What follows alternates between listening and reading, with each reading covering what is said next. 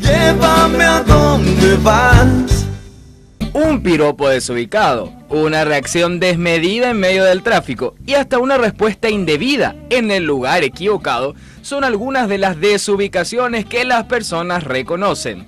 Es un desbocado, maleducado, desubicado, así nomás. De repente que diga algo incoherente o sencillamente no entienda.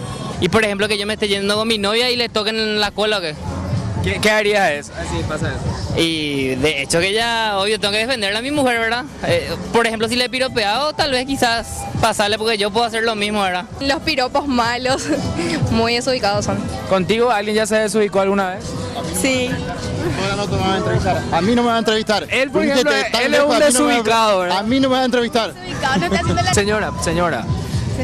Señorita, por favor. Qué desubicado de mi parte, ¿verdad? Sí, me parece que bastante desubicado. Mi amor te parte y eso me dicen. Hay piropos morbosos que, mira, Un romántico. pésimo. Muchos asumen haber tenido un comportamiento desubicado alguna vez, pero aseguran que superar esta situación es cuestión de madurez. La educación, ¿verdad? Es decir, la educación lo que recibimos en nuestra casa, ¿verdad? ¿Vos ¿Y yo? nunca te desubicaste con un muchacho? No. ¿Vos? A veces.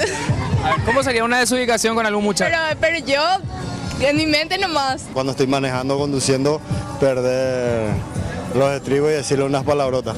Por ejemplo, si le digo, qué buena carnaza tenés. Y no me gusta mucho eso, muy No, pero pesado. yo me refiero a la carnaza que está ahí de su local, que se ve muy bien. Lindo, sí. Eso está buena, ¿verdad? Está buena. ¿Cómo una persona desubicada? No sé, que no está ubicada en su lugar. Llévame a donde vas.